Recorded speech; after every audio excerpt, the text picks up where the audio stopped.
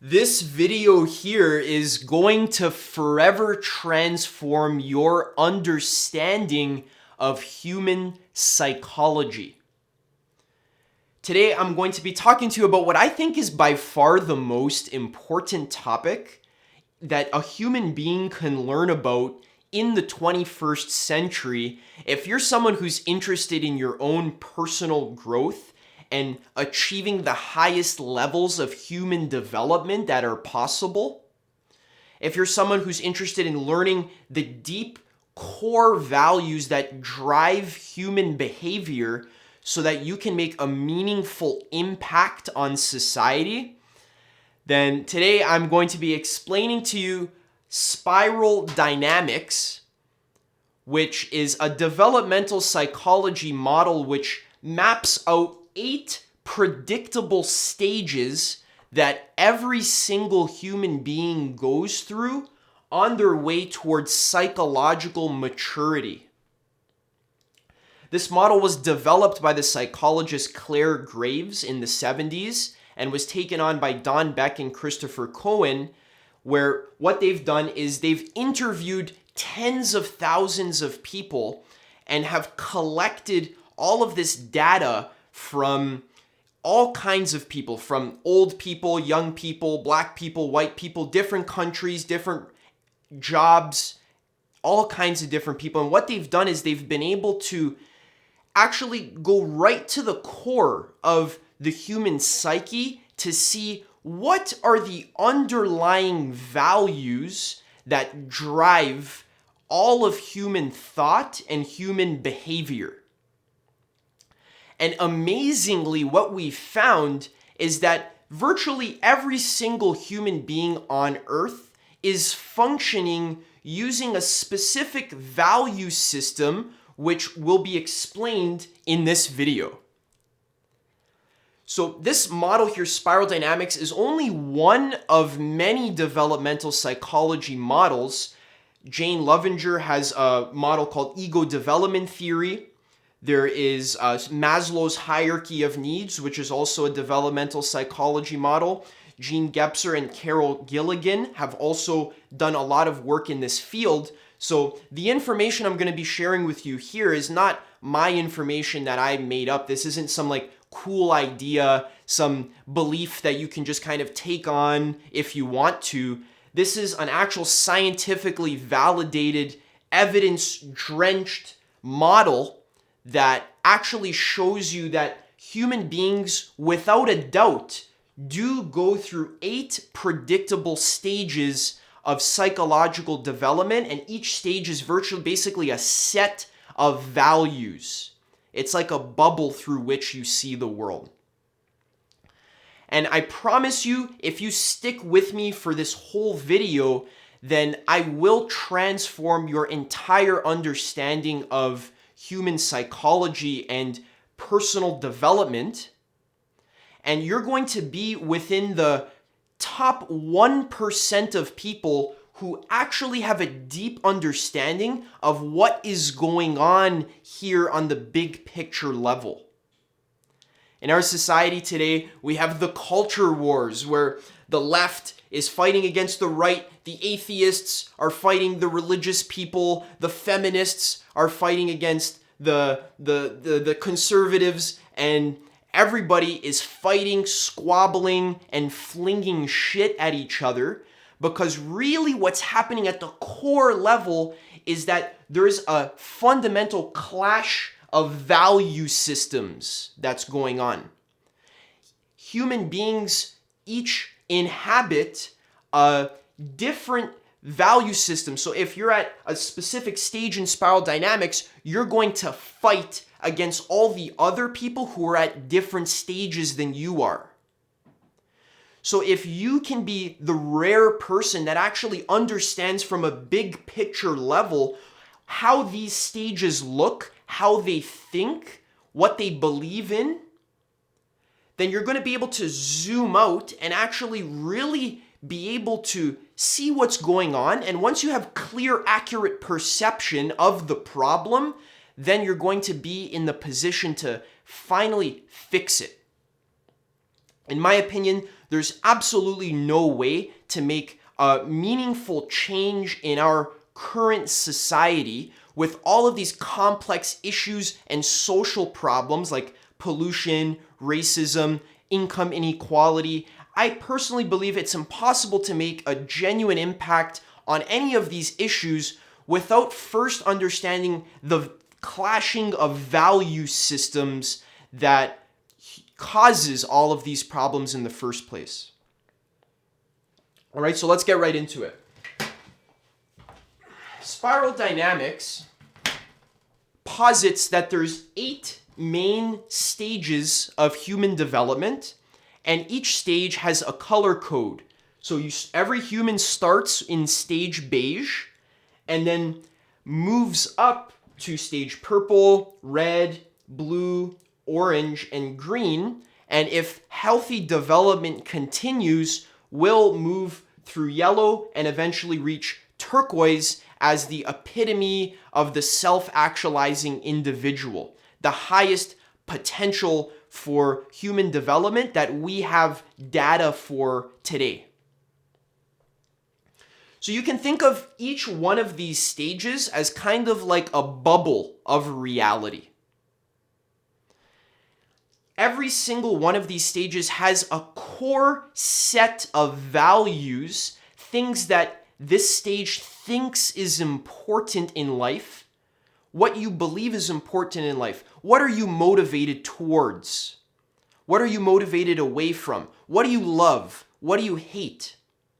On the surface, it seems like human beings are all different and we all have different beliefs and values and ideas. But when you really get to the core of it, what you see is really we're all using the same set of value systems. So by learning this, you're going to cut through all of the confusion of like, oh, do I believe this or do I believe this? Who's right? I don't know. Is Christianity right? Is atheism right? Is the New Age right? Are the conservatives right? Are the liberals right? You're going to be able to actually cut through all of the surface level belief system and actually learn the deep structures of human psychology.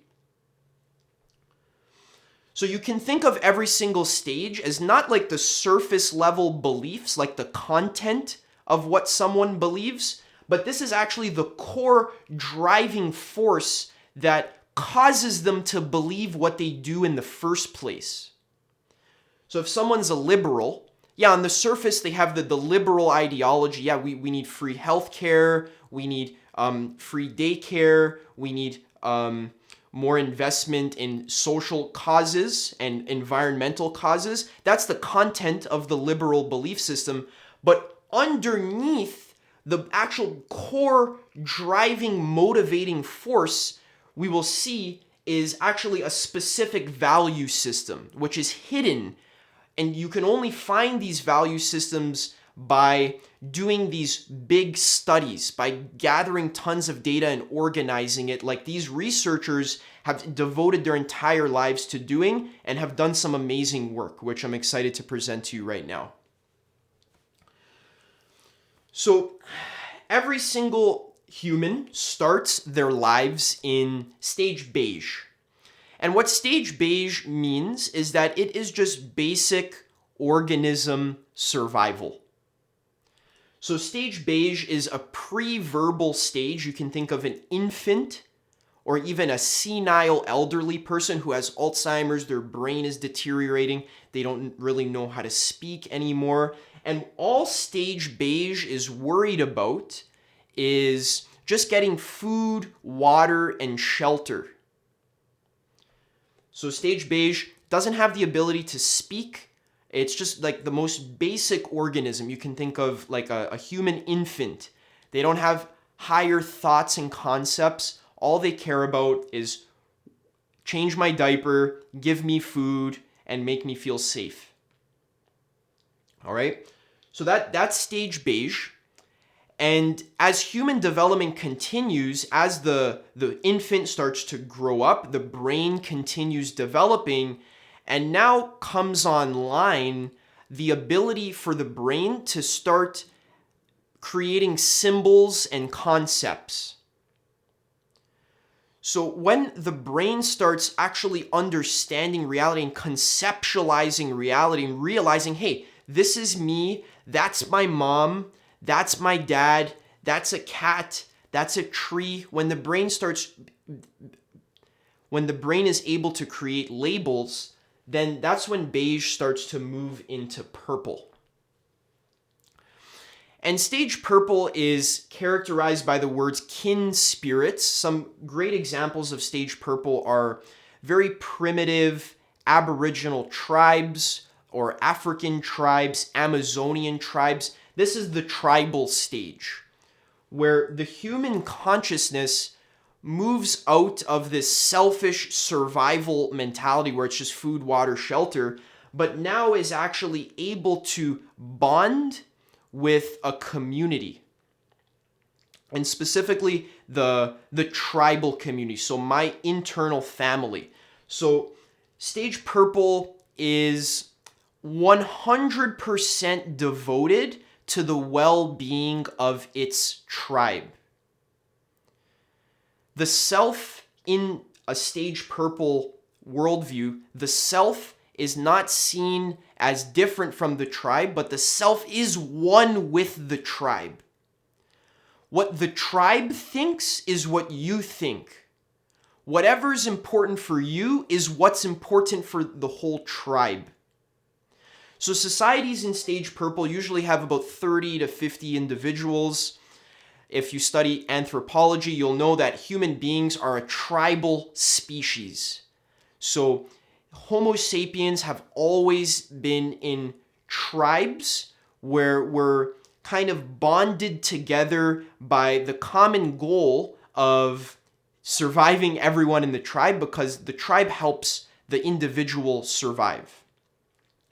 So stage purple, you can recognize it because they have this kind of magical, mystical view of reality. They're not able to use science and rationality to explain things. So stage purple, when the sun rises in the morning, they think it's because the sun god is rising the sun. Or when the volcano erupts, they think it's because the volcano spirit is angry. Or when it doesn't rain for weeks and there's a drought, they think it's because the rain spirit is angry at them. So they have to do a rain dance. They have to gather around the campfire, sing a song, and dance around. They literally believe that by dancing around, they're going to cause it to rain. The mind in stage purple can't distinguish between my ideas versus the actual truth. So if stage purple thinks that there's a monster in the woods, then they actually genuinely believe that there is such thing as a monster that is in the woods. There is no ability to self-reflect and say, hey, maybe I'm just being superstitious, maybe I'm just being scared or irrational. There's no ability to self-reflect. It's just, if there's a monster in the woods, it is in the woods. Kind of like a child who's 3 or 4 years old who's sleeping at night and they think there's a monster under their bed. If you tell that child, hey, there's no such thing as monsters, that doesn't actually compute in their psyche, because if they can imagine a monster being under their bed, they think there actually is an actual monster with a hairy horns and claws and big teeth that's actually under their bed. All right, so this makes stage purple very superstitious. They believe in things like voodoo, bad juju. Don't step on that piece of grass over there. That piece of grass is cursed. But if you step on that piece of grass is blessed. If you throw a stick into that bush, it's cursed. So some good examples of stage blue would be, if you watch the movie Avatar, the Na'vi people, the blue people, they're a great example of stage purple. And then real life examples would include modern tribes. I'll put a link in the description. There's this one awesome video where someone goes into a tribe and interviews one of the tribe members and asks them, what is most important to you in life? And the tribe member, without even a second thought, says, meat. Meat is most important to me in life. So it's a very simplistic view of reality. They don't have too much time to sit around and do philosophy or to self-reflect. It's just very a basic, primitive kind of existence where, hey, I just got to go get my next meal. Okay. So I'll show you that in the description. Next. So the problem with stage purple is that notice what each stage is it's just a survival mechanism that helps the human being survive in its environment. So each stage of psychological development is a reaction to your specific survival needs. Every single stage is practically useful. The mental map of each stage is literally the thing that allows you to survive in your world. So the world of stage purple is very primitive, basic. There's no toilets, there's no plumbing, there's no electricity, there's nothing. In order to survive, I actually need to be a stage purple person, and I need to be one with my tribe or else I'll die. The limitation of stage purple comes when the tribes actually start to encroach on other people's territory. So one tribe grows bigger and bigger and bigger until it actually starts to encroach on another tribe's territory. And then these tribes, they fight with each other. They're not all friends. There's tribal warfare where they invade each other, they kill all the men, rape the women, and enslave the children and scalp them. So these people are very ruthless, and in order to survive, now the most powerful tribe is the one that will win and will prevent the enemy tribe from coming in and killing all of their people. So in order for stage purple to survive in this tribal warfare environment, it needs to start to develop selfish power. And that's when stage red starts to emerge. So stage red is the selfish, power-hungry stage, where might is right. The bigger muscles I have, the more weaponry I have, the more soldiers I have in my army, that is all I care about, because that is what helps me survive in the crazy jungle that is an anarchistic world. So if you can think back 10,000 years ago, there were no laws. There was no government. So might made right. Whoever has the most strength and the most weapons, the most power, that is the person that rules. And that's the person that wins, basically. They get the most resources, the most money, the most sex, and everything. So the purple tribe is very stifling to individuality, where you have to sacrifice everything in order for the tribe to survive. Whereas red now kind of breaks free from this shackle of being kind of shackled to the tribe, and now this is the individual expression stage where it's all about me, me, me. Some great examples of stage red would be gang members who live in poor neighborhoods like in New York or Chicago. This is the kind of attitude where you're walking down the street and these ghettos are extremely dangerous, like in Compton, where it's a fucking mess. If you listen to Kendrick Lamar's music, he talks about, I was walking down the street and then all of a sudden up the road I saw a couple of gang members in a minivan drive by someone and just shoot them. And that's terrifying. Imagine being like 10 years old, walking down the road and seeing a shooting just up the corner. So if you can imagine living in this world, this terrifying world, you need to defend yourself. You have no choice or else you'll die. And the way that red defends itself is by amassing power. And this is represented by weapons, by gang relations, anything that gives you power, that is good. And the red leader, the chieftain, the warlord, he's the one who is the most ruthless, the most guilt-free, and the most courageous to do fucked up things, basically. So if you see the warlords in Africa, like in the movie Blood Diamond, they will literally shoot someone because they give them a funny look. One of their underlings comes up to them and gives them some bad news, they'll just shoot them in the head, no problem.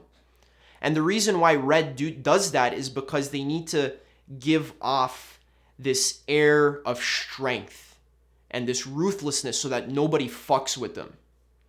So if you're ever dealing with a stage red individual, they have this kind of mentality of like, hey, if you cross me, I'll literally stab you right now. All right, so red is very violent, criminal. Laws don't exist yet in stage red. It's just like whatever I can do to get myself ahead, I'm willing to do it, regardless of the cost. Stage red has no problem murdering 100 people if it means that it gets what it wants. All right? And keep in mind that if you have any emotional reactions to what I'm saying here, if you're hearing me talk and then you're thinking to yourself, wow, these stage red people are so primitive. They're so criminal. They're evil. That's very evil to live like that. Watch your judgments, because I'm not saying stage red is good or bad. I'm saying it's necessary to survive in a scary world. If you live in Compton, you have no choice but to adopt the stage red stage of development. You have to carry a gun on you. Otherwise, if you don't, people will think you're weak and they'll take advantage of you, and you won't survive. So watch your judgments. All of these stages, none of them are better than the other ones. It's not like yellow's better than red. They're all equally effective in their specific survival environment.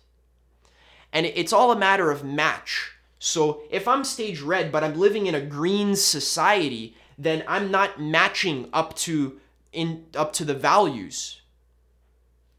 So the question is not good or bad, but it's effectiveness.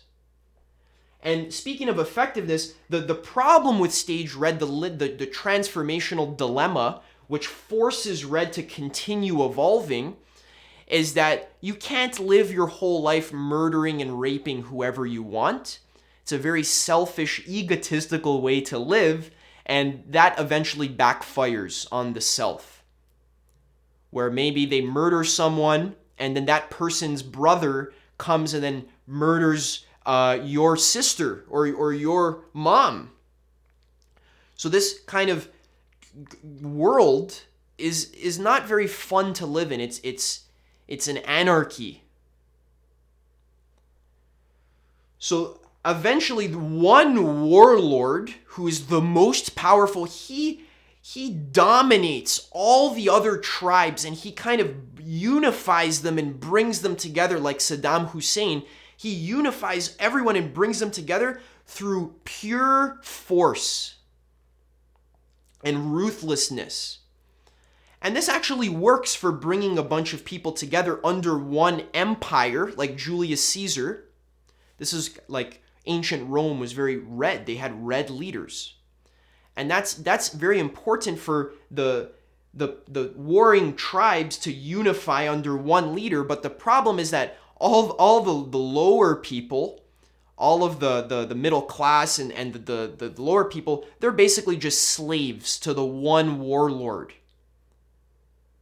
And eventually, the people, the slaves, they get sick of being slaves, and what they do is they rise up, they revolt, they assassinate the warlord, and either a new warlord comes into power, or finally they decide, let's put in a system of laws, let's put in an actual government so that we don't have to worry about murdering and raping each other willy-nilly, but the the society now finally has laws. And that's where we move into stage blue. So stage blue fundamentally believes in absolute right and wrong. Stage blue believes in good versus evil. There is such thing as objective good. And there are some things in reality that are unquestionably evil. There's no question. So blue governs over the people with a set of laws and commandments. You must follow these commandments, otherwise there is punishment. You'll be sent to hell, eternal damnation, or you'll be assassinated you'll be put to death in the public square, like the French the guillotine, where all the people who break the laws, they're put out on public display and they kill them, so that everybody knows the consequence of breaking the laws. This is important because red is just kind of running around murdering everyone. It's impossible to have a society without laws and rules that we live by. So blue is the first stage that, first of all, invents writing, like actual pen to paper writing. And then blue's the first stage that's able to keep records, to keep documents, and to actually make laws, to make records of taxes. So the government actually comes online in stage blue. And the way of thinking in stage blue is there is one absolute truth. That is the one truth that our whole country all agrees upon. So for example, the Christian church is the one true way. Our God is the one God. All the other gods are bullshit. They're Satan worshipers. They're evil people. They're infidels. They're heathens. And it's our job to go and convert them. And if we don't convert them, they're as good as dead. They're lesser humans.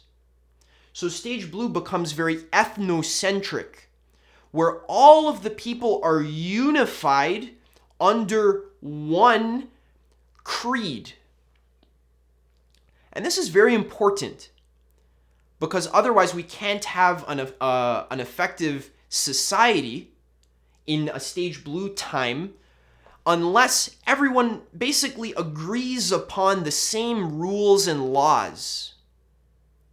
So if you think maybe 500 years ago, they would have a kingdom with the king and the monarchy. They would pass down laws and rules to all the people, for all the people to follow. And that keeps everything functioning well in that society. Then they can organize. They can say, okay, we're going to give the people food. We're going to give them shelter. And this works really well as long as everyone follows the rules and believes in the one truth without questioning. Questioning the truth doesn't fly with blue. So if you come and say, hey, what if the Bible isn't true? What if it's just a metaphor? What if it's not literally true? Stage blue will say, are you joking me? They'll condemn you as a heretic, and then they'll burn you at the stake in the public square. There is no questioning the truth to stage blue. Some awesome examples of stage blue in today's society would be fundamentalist Christians, fundamentalist anything, Muslims, Hindus. If you go to the Middle East, it's extremely strong stage blue, where you have to follow the rules. You have to follow Islam. And if you don't, you're an infidel. You're basically not even a real human. So stage blue segregates reality. And you can actually see the society structure in stage blue is a pyramid. And there's levels to this pyramid where the king is at the top, or God is at the top, and then maybe the priests are underneath him, and then the noble people are underneath him, and then the blacksmiths and the common folk, the farmers, are underneath him, and then at the lowest of the low, they have the slaves. And in a stage blue society, there is no upward mobility. It's not like, oh, if you work hard enough, maybe you can become a king. There is none of that. You can only become a king if you're born into the royal family. And if you're a farmer, you're fucked. You'll be a farmer for the rest of your life. Your kids will be farmers and their kids will be farmers. And that is the rule of God. There is no questioning the rules. So you can look at the Indian caste system, or you can look at even slavery in the US a few hundred years ago. That was a stage blue construct. And nowadays, there is lots of stage blue. You can think of maybe your grandparents, if you're a younger person you're listening. Maybe your parents or your grandparents have very strong stage blue, where they instill into you this creed, these laws. You have to follow them. To be a good little boy, to be a good girl, to get our love and approval, you must follow these laws so that everything could stay harmonious, so that you can be a functioning member of society. You need to follow my laws. This is like the dad who rules with an iron fist. Everything the dad says is the creed, and there's no questioning that. It's a very traditional stage blue kind of mentality. Blue loves tradition, where the old way of doing things, the way we've always done it, is the best way. So blue always wants to go back to the past, make America great again. Let's go back to the 1950s when everything was peachy, when girls were girls, boys were boys, everything was everyone followed the rules, the Christian was the best religion, and let's just go back to those old days. So stage blue is also where, in general, the conservative mindset is. In politics, the conservatives lean stage blue.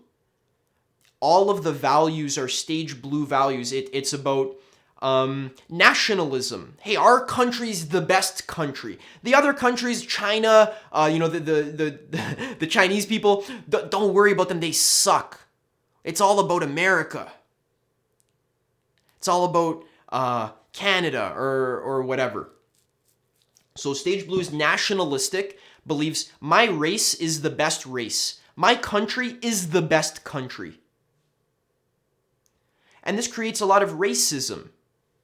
So slavery is actually a stage blue construct, because stage blue literally believes that black people are less holy or less valuable than white people.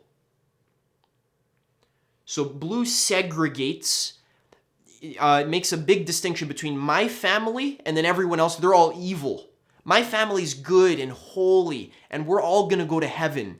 But all the people who don't believe in Jesus, they're all going to go to hell.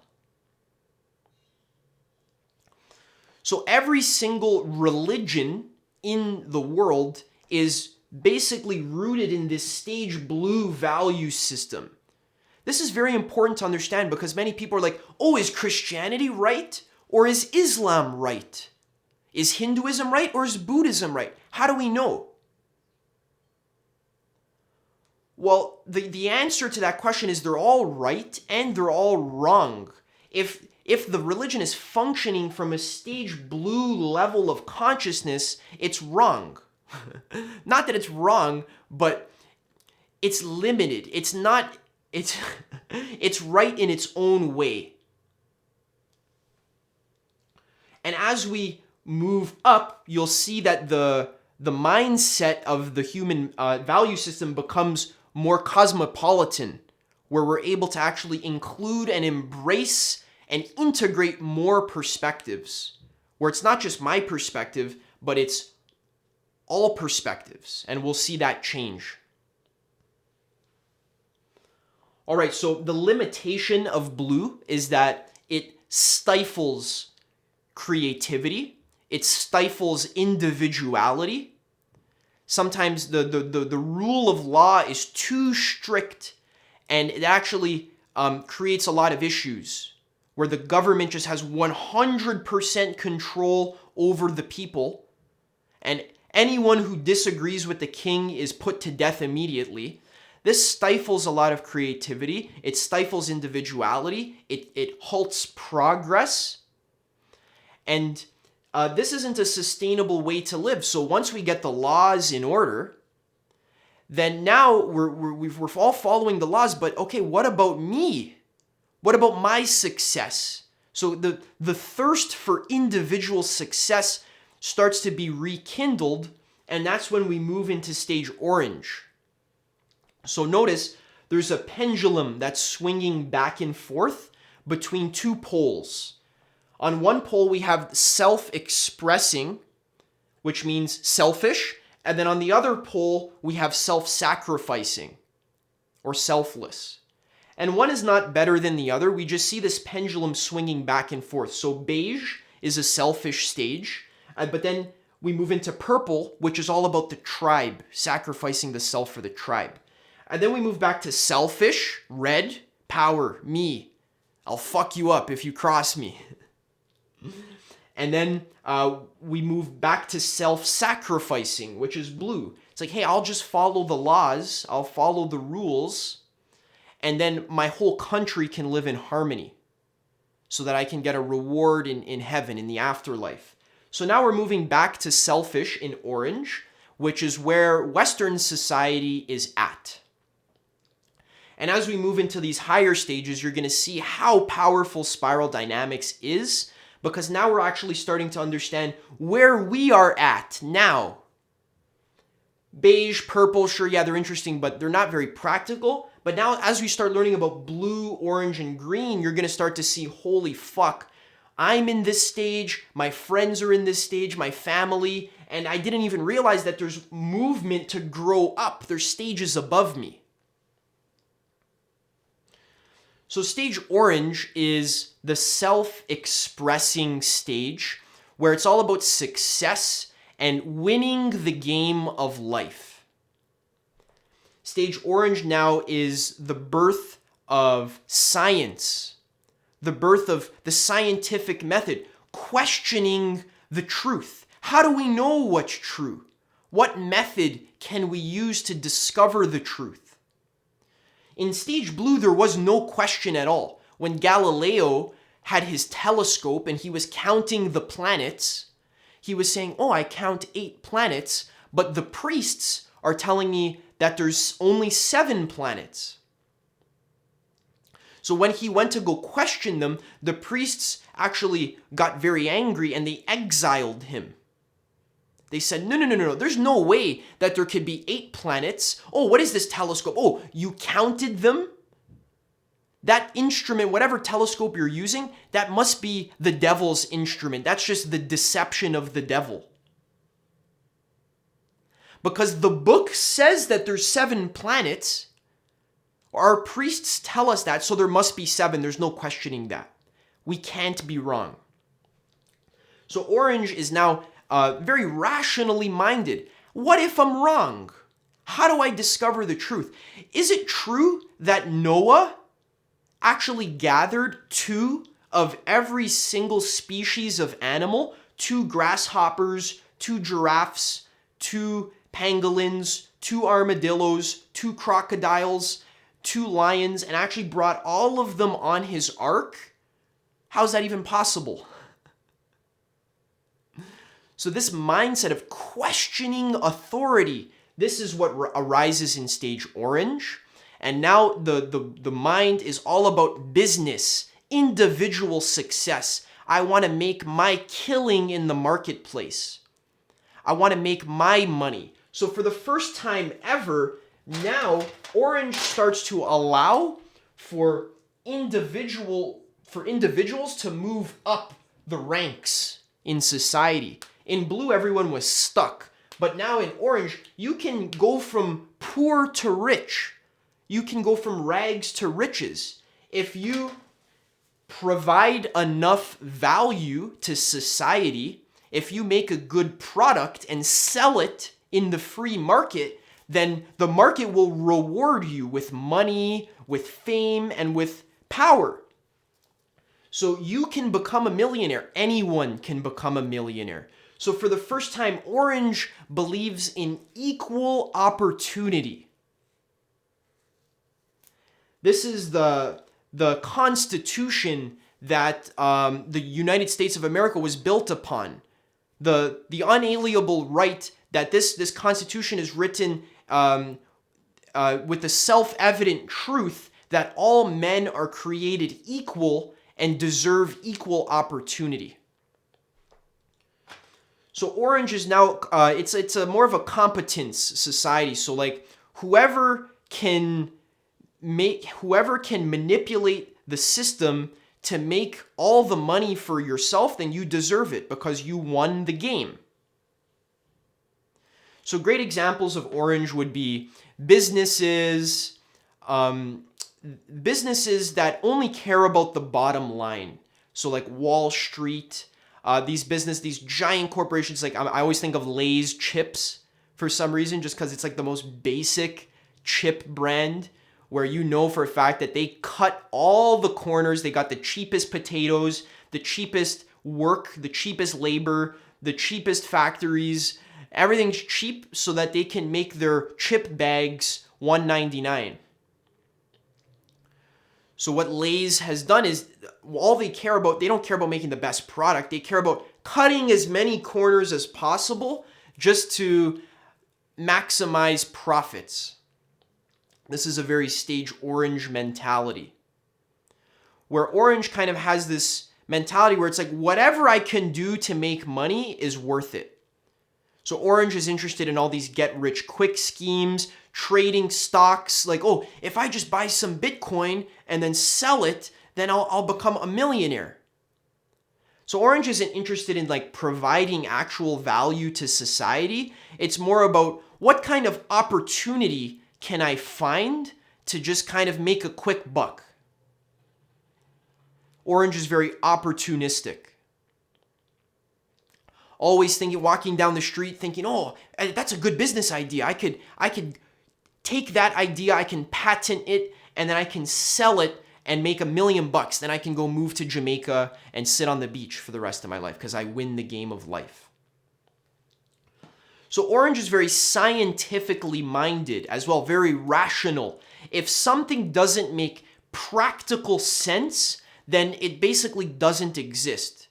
If something isn't scientific and isn't scientifically validated, then it's not real. It's just woohoo fairy tale nonsense. It's just superstition. So Orange kind of looks at all the other stages and says, you guys are not rational at all.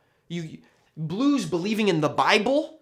Purple is believing in spirits and monsters. You guys are just superstitious and childish. Orange puts itself on the pedestal, says, I can use rationality. I can use logic and the power of critical thinking. And that's what makes me the smartest. I'm an atheist. Wow, look how smart I am. I've discovered that the Bible isn't literally true. So Orange kind of sits itself on the pedestal and says, oh, like I'm so smart. Every single one of these stages in tier 1, which we'll talk about in a second, all of them put themselves on the pedestal. They all think they're the best. Blue thinks it's the best. It's like, oh, if you don't believe in Jesus Christ, then you're going to hell. And it has this air of holiness. Oh, look how holy I am. I read the Bible. Red is like, oh, I'm the strongest because look at these biceps. Oh my God. Look at this strap I have. Yeah, sure. You make a lot of money, but I can just rob you. Purple is kind of in its own world, and beige can't even really think, but all the stages believe they're the best. Now, stage orange, business and science are in bed with each other. So that's what we see in our society today, where business and science, they fuel each other. So businesses fund scientific experiments so that the scientists can discover new technology that the businesses can patent and make a profit off of. So most of the study that's going into the medical field, for example, in the pharmaceutical industry, do you think that the businesses are funding scientific studies that actually genuinely cure people's illnesses forever, getting to the root cause of the illness and curing it? Or are they funding pharmaceutical companies that just give you a bottle of pills that you have to keep buying for the rest of your life because they only fix the surface level problem? They just treat the symptom.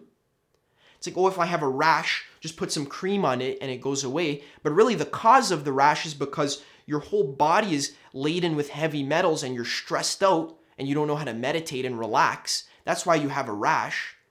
But Orange isn't interested in solving the root cause of the problem. It's just interested in solving the Band-Aid, putting a Band-Aid on it so that it can profit off of the bottle of pills that it has to sell to you every month. These pills are like $100. You buy them every month. You keep taking them. For the rest of your life, you're a lifelong customer, a lifelong sick patient. So our medical system is very stage orange. Wall Street, a lot of personal development advice on YouTube, which is just like, work your ass off, work harder, make more money, take cold showers, do more work 16-hour days so that you can get ahead of the competition. Stage orange has this rat race mentality where it's like everyone's competing against each other to make their slice of the pie. And there isn't enough to go around. So I need to compete. I need to fight so that I can win.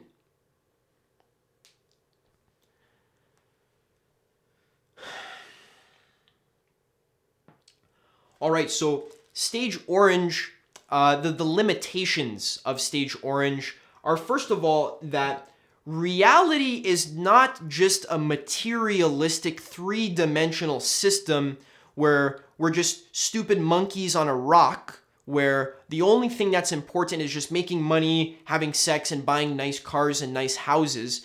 Orange can be overly materialistic, overly focused on material items, and then Orange realizes that, oh shit, all this stuff doesn't actually make me happy. Especially if I'm working 80-hour weeks just so that I can have a nice car. That's not a worthwhile trade-off.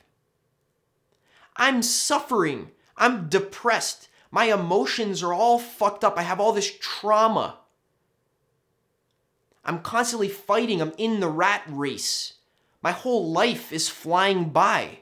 My children are growing up. I'm not even around to see them grow up because I'm working 80-hour weeks on Wall Street. So Orange starts to realize the limitations of capitalism, the limitations of materialism, hedonism as well. So what's so great about Orange is that we break free from the rigid rules and laws of Blue, and now Orange is free to kind of express itself individually. So like stand-up comedy, like Dave Chappelle, super stage orange, where he just comes on stage and he says whatever the fuck he wants.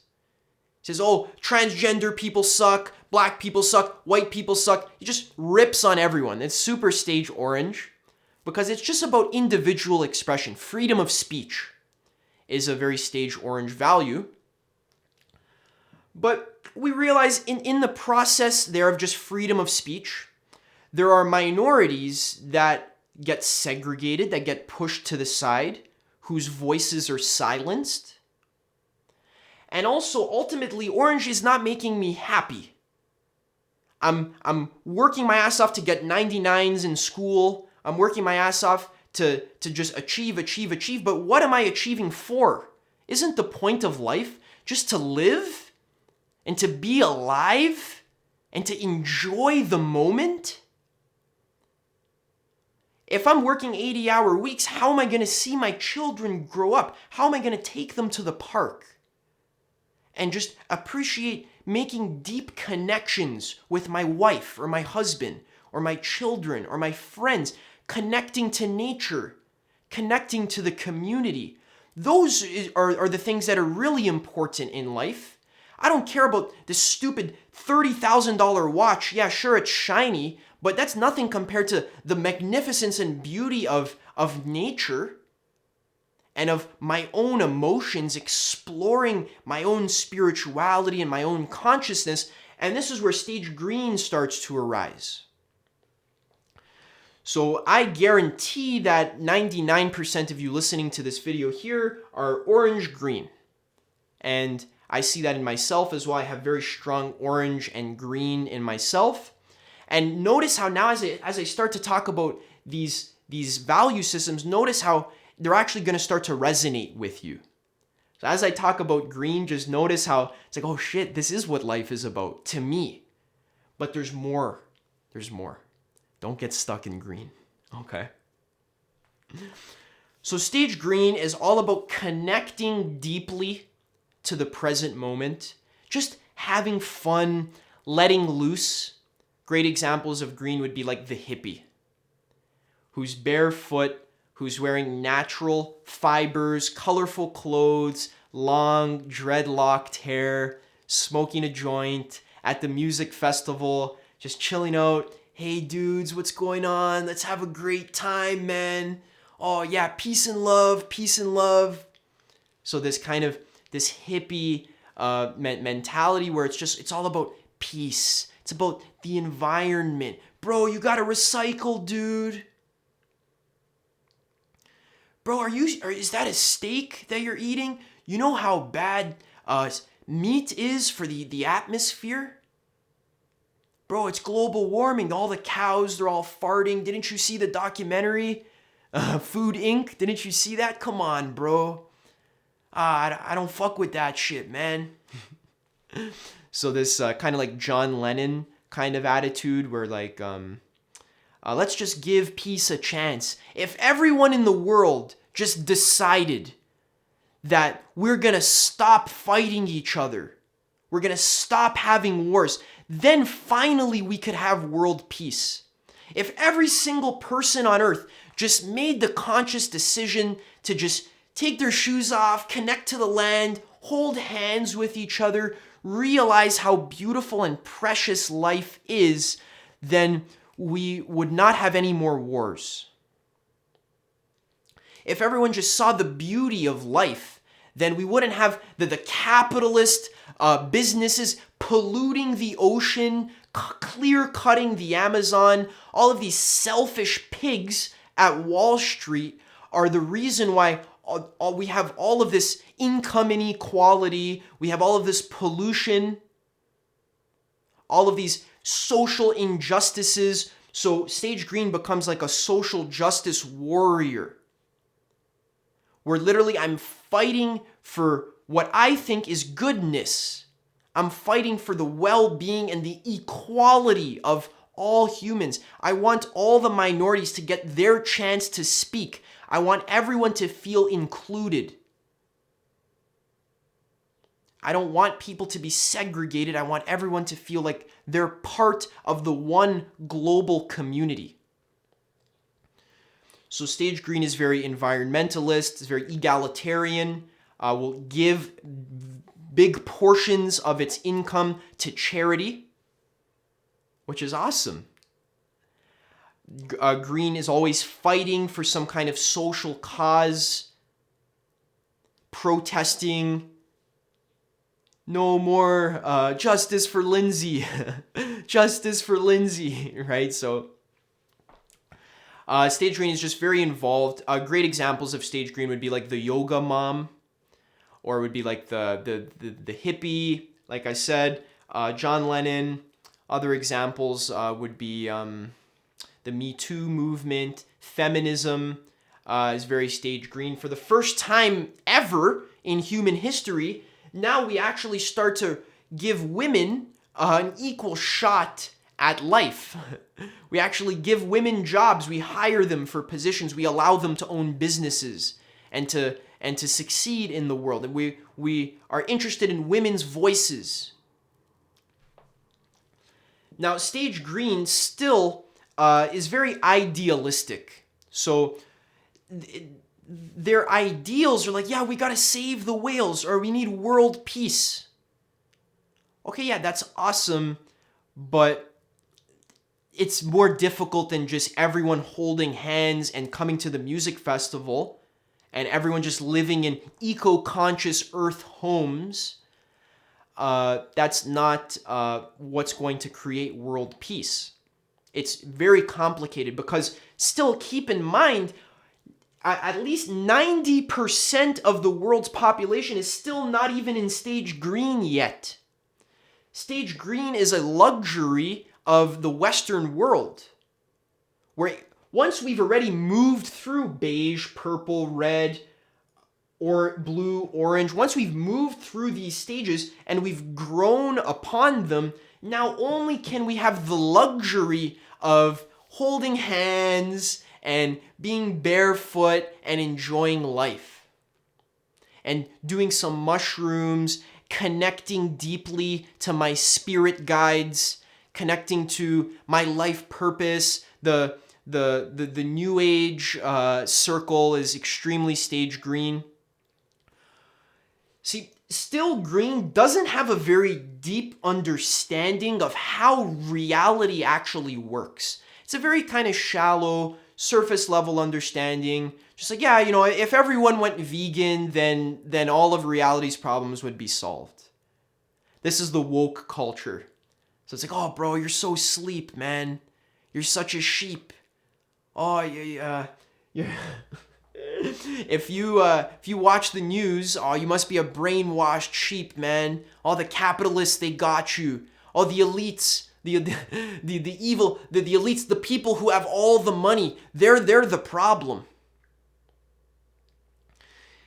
Green genuinely wants equality for every single person. Equality. And many people listening to this might say, oh, bro, I'm very scientific, rationally minded.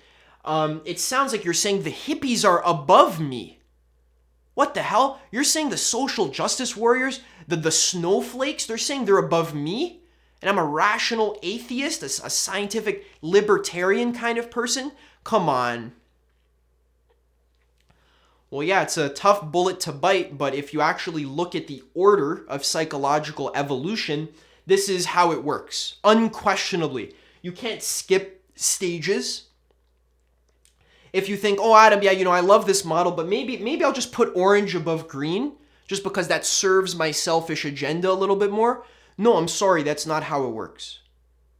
These are the stages that we found with the scientific research. So if you want to be scientific, realize that the soy boys, the vegans, the social justice warriors are a little bit more psychologically developed than the libertarians and the conservatives. Now, I'm not saying that when we get to green, we have to throw away all the lessons we've learned from orange, blue, and red. What we actually need to do is we need to integrate it all together into a well-functioning system, which starts to move us into stage yellow. So before we get into stage yellow, I'm going to check my camera battery just to see if we're running out. No, we're doing well. So stage yellow is the first stage that moves into an entirely new tier of development. So all the stages that I've covered up until this point are tier 1. But for the first time, tier 1 isn't working well enough. We still have all these systemic problems. Green is like, yeah, okay, we want to save the whales, we want world peace, but how do we actually get that? What do we have to do? It's more than just donating a little bit of money to a charity. It's more than just recycling. There needs to be a deep systemic overhaul within the actual fabric of society. We need to change very deeply the actual core of the value systems of our government. We need to change the structure of our business, our economy. Everything needs to change. There's a lot to learn. reality is extremely complicated.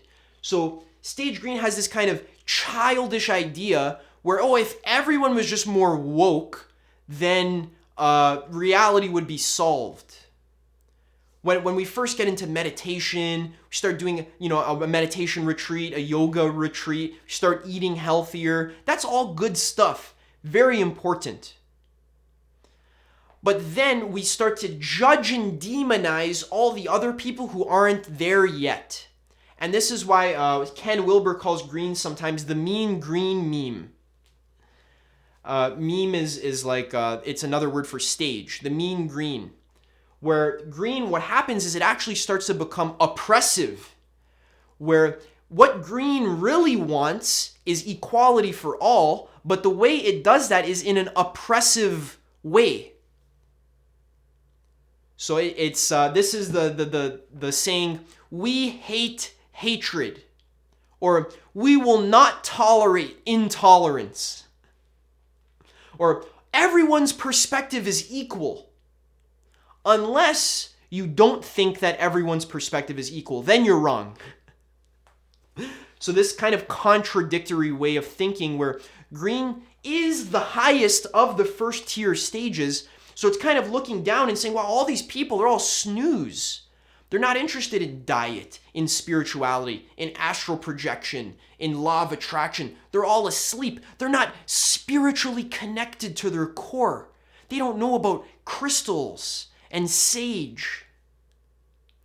So they have this very kind of, this new awakening, the great awakening, where finally we discover, oh shit, reality is spiritual. This thing here, it is, it's energy. It's not a physical system, but it's an energetic system. So green is just starting to understand the truth of spirituality, but is not fully there and still stuck on the surface. Because to understand the actual structure of existence, that takes years of serious study. You can't just stumble upon the structure of existence by reading one book. You need to read hundreds of books, hundreds of perspectives. You need to really take your mental model of reality very seriously if you're interested in continuing the self-actualization process. Green starts to see the potential. Oh my God, I'm a light warrior. I could literally share the conscious energy of the universe with everyone. I can awaken all of the people. Yeah, that's good, but how are you going to do that practically? What kind of habits are you going to install? What kind of how can we blend together all the lessons we learned from red, blue, orange, and green? How can we bring them together to actually transform yourself into a vehicle of change? And that's when we are forced to move into stage yellow, because we're seeing that stage green is not sufficient enough for solving systemic problems in your life and also in society as well. If you think that you can just meditate all of your problems away, if you don't have enough money coming in from your business, if all your relationships are fucked up, you can't solve all of those problems just with peace and love and going to music festivals. There needs to start to be a deep systemic understanding of how life works, because if you understand the system of life, then you can actually fix it, because I know how it works now. We start to see in stage yellow that life is a counterintuitive feedback loop, where basically what that means is you're living your life. You think that by taking some action that's going to get you one result, but actually gets you the opposite result. So you think by yelling at everyone to become vegan, or by shaming people for being oppressors, you think that's going to actually create peace, but it creates no peace at all. It actually creates more war, creates more issues. So green wants to stop all war, but it does it through hatred. And it does it through demonizing criminals and oppressors and racists and greedy capitalists. So still, in first tier, none of these first tier stages are aware of the entire spiral. That's why they fight with each other, they criticize each other, they fling shit at each other. But for the first time in human history, stage yellow is slowly starting to emerge. Less than 2%, I forget what the number is, I think it's like less than 4% or 3% of the human population now is actually moving into solid yellow. And this is a monumentous leap of human consciousness, because for the first time ever, we're not just moving from orange to green, but we're actually moving up an entire tier from green to yellow. And that is extremely significant because for the first time ever, yellow sees the entire spiral and is able to create integrative solutions to complex social issues and personal issues as well. So great examples of stage yellow would be like thought leaders such as Leo Gura on actualize.org or Aaron Doughty as well. Also many book authors like Eben Pagan, Tony Robbins, Napoleon Hill, Maxwell Maltz, even many of the quantum physicists like Schrodinger or Einstein, great examples of stage yellow thinkers. Stage yellow is a very conceptual, cerebral stage where the main thing that stage yellow wants is to build an accurate mental model of reality by pulling from hundreds of diverse perspectives.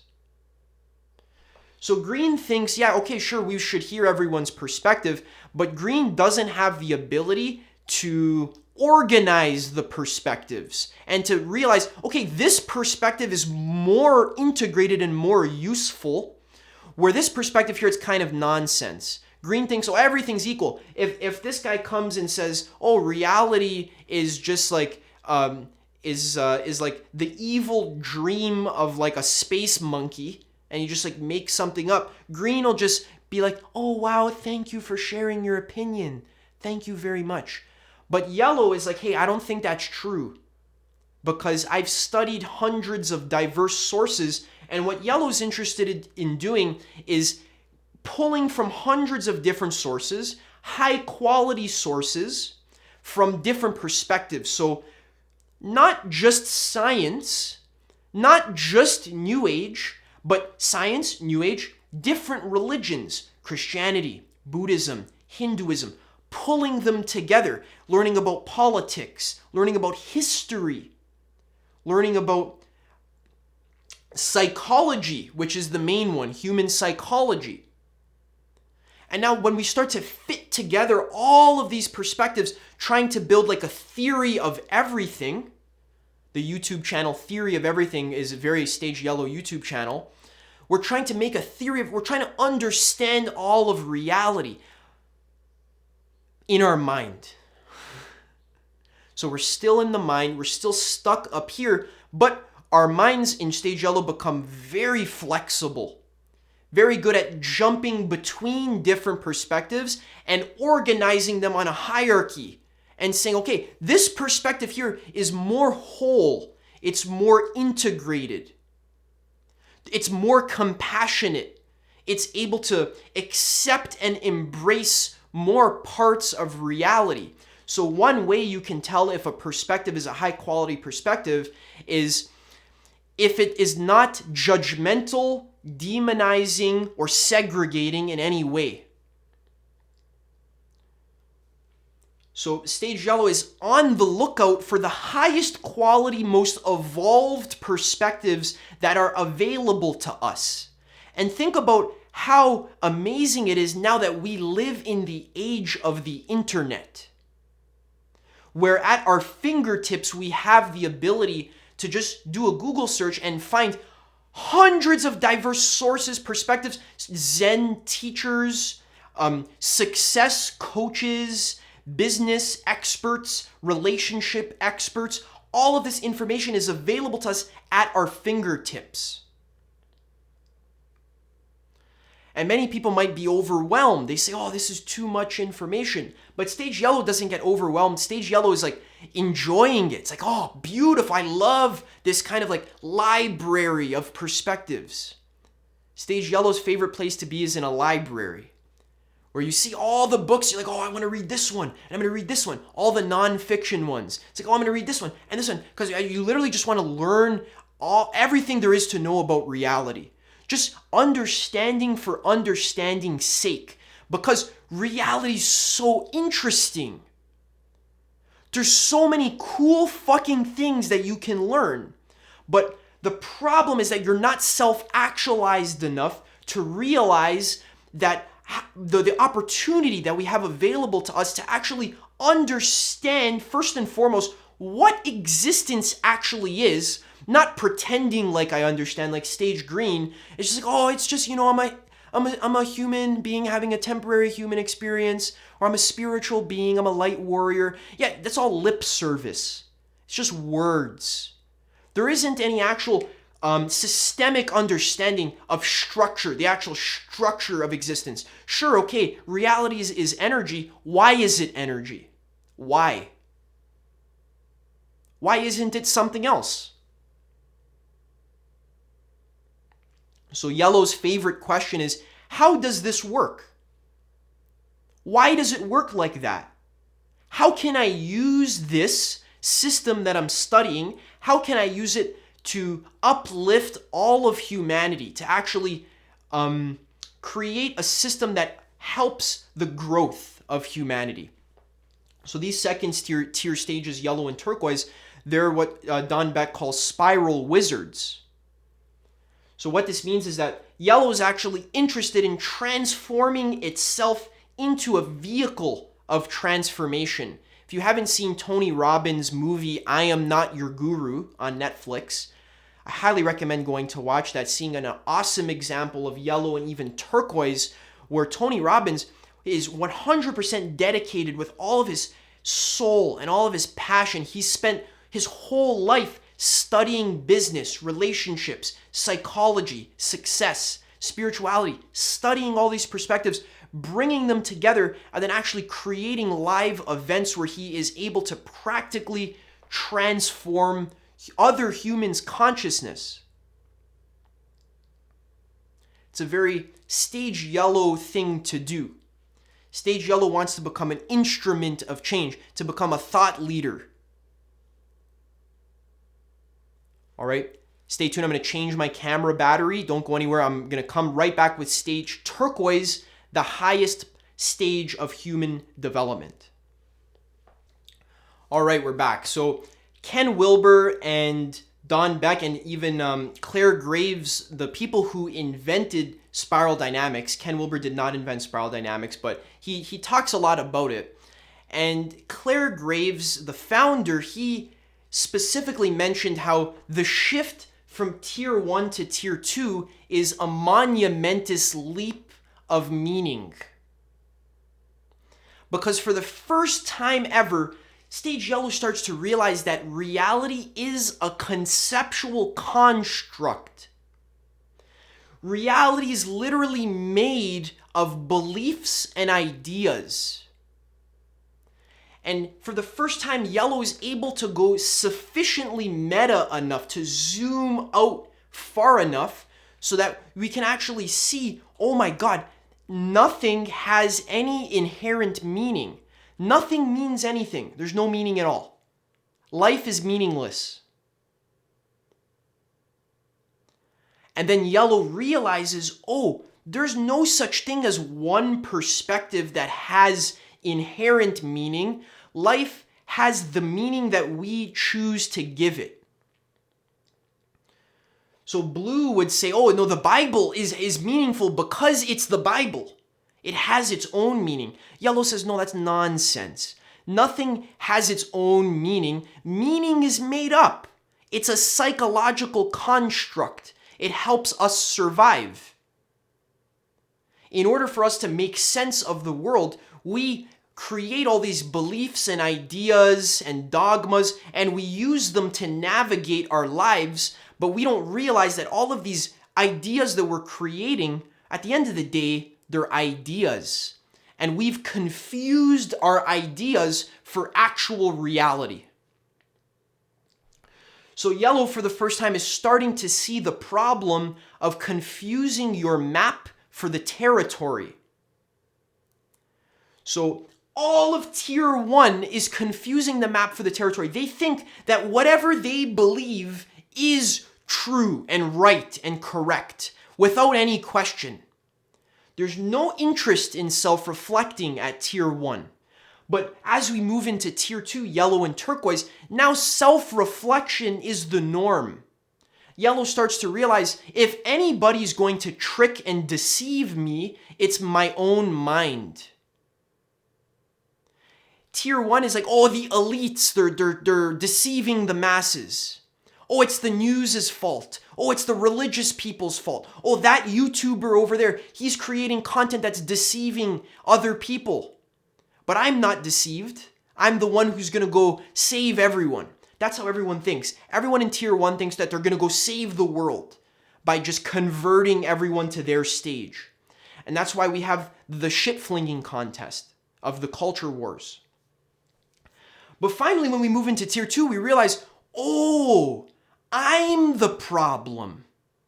I'm the deluded one. I'm the one who has no fucking clue how anything works at all. Not even the most fundamental thing of what is reality. I don't even know what reality is. I'm alive. I exist. I'm a human being, but I don't even know what a human being is. Where did this come from? How does reality work? How do emotions work? How do thoughts work? I don't know fuck all. How are you going to change the world? You don't even know what a thought is. So there's this kind of like humbleness, this intellectual humbleness where it's like, oh shit. Yellow starts to realize, now I realize how much I don't know.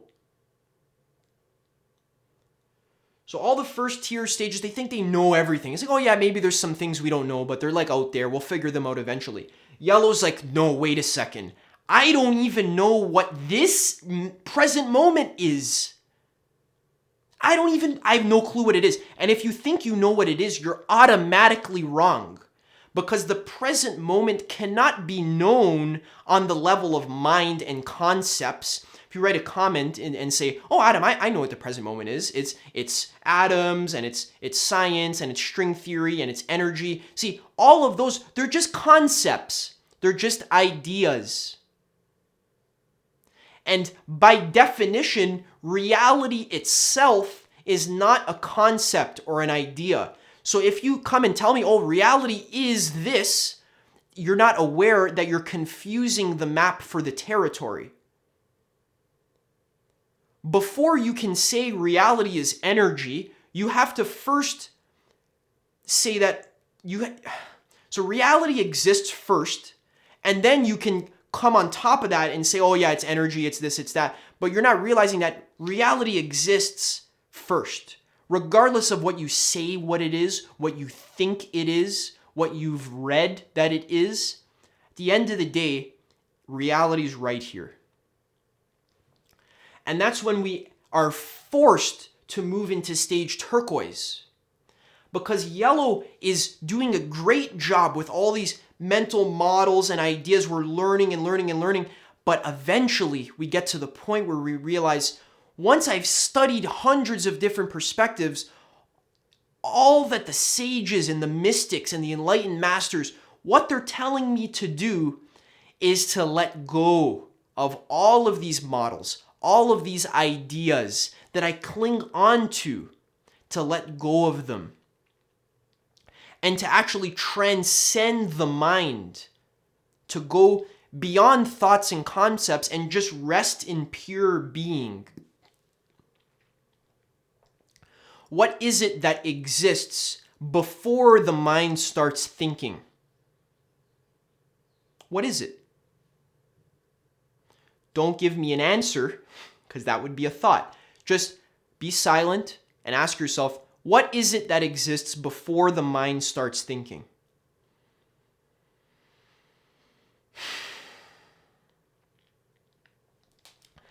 And this is when we are forced to move into stage turquoise.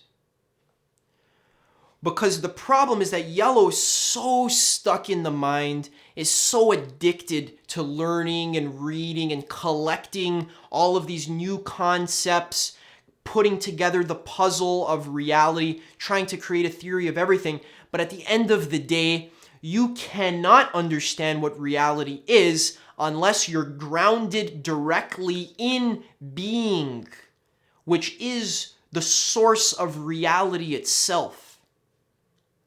So when yellow realizes the possibility of direct realization, where it's like, oh shit, I can't just study all these books and listen to these teachers.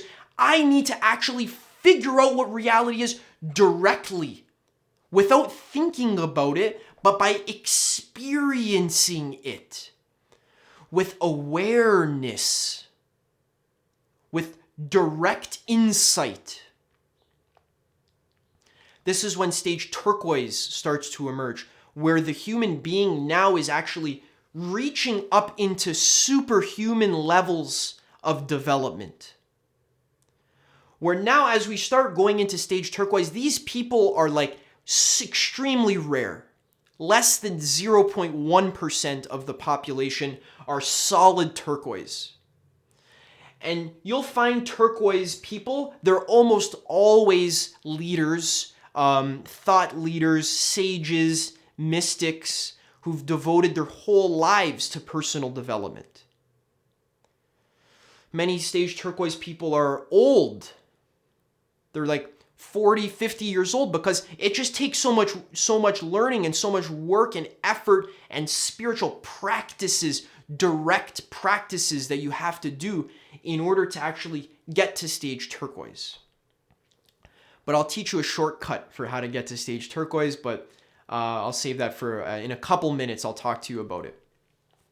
But when yellow starts, first of all, expanding its consciousness, not just with ideas, but with direct experiences, by doing Kriya Yoga, by doing Vipassana meditation, by doing psychedelics consciously with intention. See, the psychedelics that are being done by green and by orange, yeah, this is like a shallow bastardization of what a psychedelic trip could be. But if you actually do the psychedelic trip with vision, with a complex mental, intellectual model of non-duality, of reality, of existence, of mysticism, you actually understand deeply what reality is and how it works. And then on top of that, you do 2 grams of mushrooms and you mix it with your meditation practice that you've been building up for years. Then that's what we're talking about, growing into a sage. Becoming the highest example of a human being. Fully 100% connecting to the source of creation, which is an infinite source of abundance. This is tapping into superhuman levels of consciousness. The reason why it's superhuman, because it's literally beyond human. It's mystical. It has to do with the divine essence of God. Not the religious blue God, but the turquoise realizes that all of reality is one mind. All of reality, all of existence is the mind of God, actual God, not blue God, where it's like a man in the clouds with a beard, and if you don't follow his rules, he'll send you to hell. Turquoise actually realizes, I am God. You are God. It is all God. This camera here that I'm looking at is God. This whiteboard is God. Reality is, in essence, pure imagination, pure thought, pure energy, pure dream substance, pure existence, pure emptiness. There's nothing behind the scenes where the Stage Orange people, that they're studying, they're like, oh, let me get my microscope. Let's see if I can figure out what reality is with my microscope. But Yellow's trying to read all these books. Like, oh, maybe if I read enough books, I'll finally understand what reality is. But Turquoise is like, I am reality. Allow me to understand myself because I am God.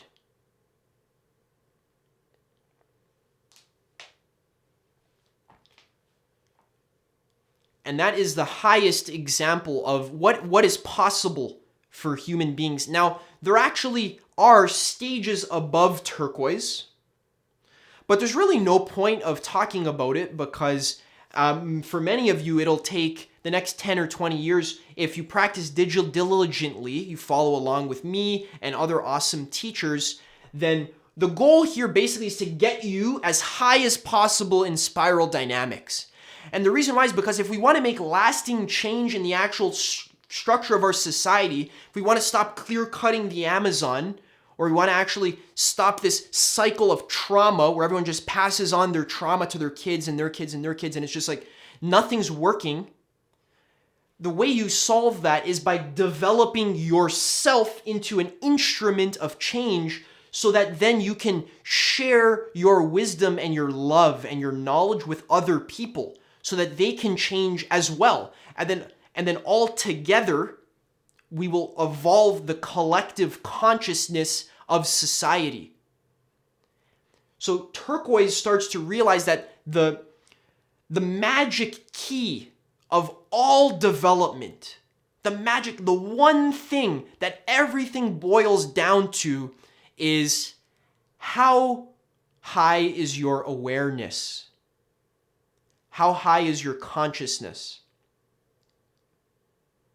How conscious are you of what you are? Right now, you're listening to me. You're in a dream state. You're in kind of a lull state where you think you're a human being on planet Earth, or you're just like a stupid monkey on a rock. That's what you think you are. But if I gave you a psychedelic where within 1 hour, your consciousness goes from level 2 to level 10,000, then it's completely different. You're like, oh my God, reality is one seamless, interconnected holism. And I literally am the source of it. My actual source, my awareness is the same awareness that is sourcing all of existence. And you realize that directly, you actually see in your awareness. So the main key, the magic knob that we have to turn in order to fix reality, you could say fix reality, is first of all, raise your consciousness so high that you realize that reality itself is pure perfection. And then Turquoise finally is able to surrender to the natural unfoldment of reality. Turquoise is literally carried by the universal energy and is naturally an instrument of divine will. Turquoise is no longer fighting with reality. See, Turquoise is way beyond this whole game that we're playing in red, blue, orange, green. Oh, are you a liberal? Oh, you're a conservative. Oh, you're so stupid, you're conservative. Oh, you're just a liberal. So, see, none of that nonsense. Turquoise is actually sitting and surrendering to the source of existence and is allowing that energy to carry it through its life and to feel genuine joy and bliss and abundance. None of this fake abundance, like, oh, I'm so abundant. It's internal abundance. It's like, my fucking soul is infinite.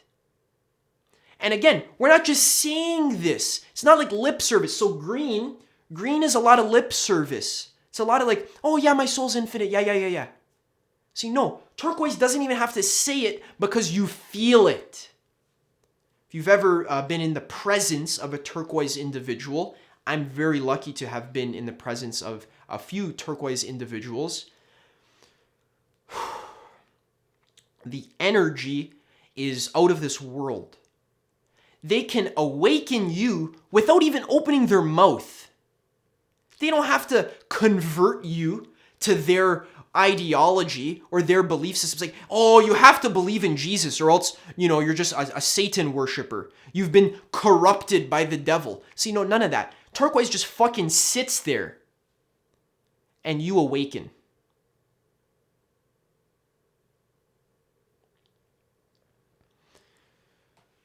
So what's so important about this video here is really what we're trying to do is we're trying to get you from green, from orange and green into yellow.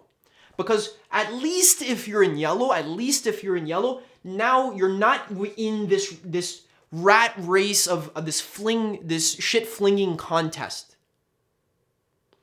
Now at least for the first time in your life, you're able to detach from your selfish ego and you're able to enter being cognition, which is what Abraham Maslow called the self-actualization needs, the being cognition, where we're interested in actualizing our native gifts and talents, becoming the greatest version of ourselves, being creative, capitalizing on our strengths, helping make a positive impact on the world. This is everything that I talk about here on this channel. What I'm interested in doing is getting you very into solid yellow, but what that requires is dedication from me and also from you just to follow along. Just by listening to what I'm saying, I've been spending the last 5 years listening to teachers. They teach me. I'm humble. So yeah, sure, I come on the camera and I'm all confident and saying, oh, this is the most important thing ever. But the reason why I'm able to be confident is because I've spent years being humble. Saying, I don't know what the fuck anything is. Teach me, please. Please teach me. I don't know. I seek out books and I read them voraciously because I'm committed to understanding what reality is so that I can teach it. So that you guys can understand. So all that's necessary is for you to follow along, keep up with the videos that I'm going to be posting, subscribe to this channel for more content like this. What I'm going to be doing here is I'm on this channel over the next 5 or 10 years, you'll see the only thing I care about is helping you move from survival cognition, where everything is about me. I'm worried, I'm always worried, anxious about getting enough. Solving those needs, those survival needs, practically, very practically, business advice, relationship advice, I'll be talking a lot about that as I get it in a row for myself in my life. I'm on this path too. We solve the survival needs so then we can sit on top of the pyramid of needs and actually self-actualize where it grows. So we have a pyramid right here. So if this is Maslow's hierarchy of needs, over here, we got the basic needs, the safety needs, we have the self-esteem needs, and then at the top, we have the self-actualization needs. All right? This is what is extremely important to start to develop in your life, even if you're still in stage orange. You say, Adam, this sounds awesome, but I'm still in stage orange. Doesn't matter. Just by listening to this content here, this content is psychoactive, which literally means it activates your psychology into raising up, into actually elevating an entire tier. And I'm teaching you practically how to do that with all the exercises that I show and I share with you. So we get to the self-actualization needs, and then finally at the top of the pyramid, Maslow, before he died, he actually added another rung to his pyramid of needs. And he actually added the top rung, which is the self-transcendence needs, which is equivalent to turquoise. the need for self-transcendence, the need for spiritual enlightenment. Not just talking about enlightenment at Green, oh, I'm a spiritual being having a temporary human experience. Not just lip service, but actual unshakable awareness that is grounded and is present and is loving and compassionate and wise. So those self-transcendence needs, I don't like seeing it as a peak of a pyramid. I kind of like seeing it as like the pyramid opens up at the top and then the consciousness just kind of flows out the top and continues to grow and expand infinitely. There's even more stages above turquoise. Ken Wilber talks about them in his book, The Religion of Tomorrow. There's even higher stages. But what would they be called? They'd be called indigo, ultraviolet, indigo, violet, ultraviolet, and clear white. So there's more stages above turquoise. But there's really no point in talking about this. Maybe in the future I will. But that would just be mental masturbation. Just know that it'll take you 10 years just to even taste turquoise. Maybe not. Maybe you can do it sooner. Prove me wrong. I've had tastes of turquoise with my psychedelic trips and my meditation practice, and this is the reason why we're alive here. This is why we're here on Earth. To grow, develop, become the best version of yourself, to become a sage that surrenders to the wisdom and intelligence of God. All right, thanks for watching. I hope you enjoyed this video. I got more content on the way. Stay tuned, subscribe, give it a like, and I'll see you in the next video.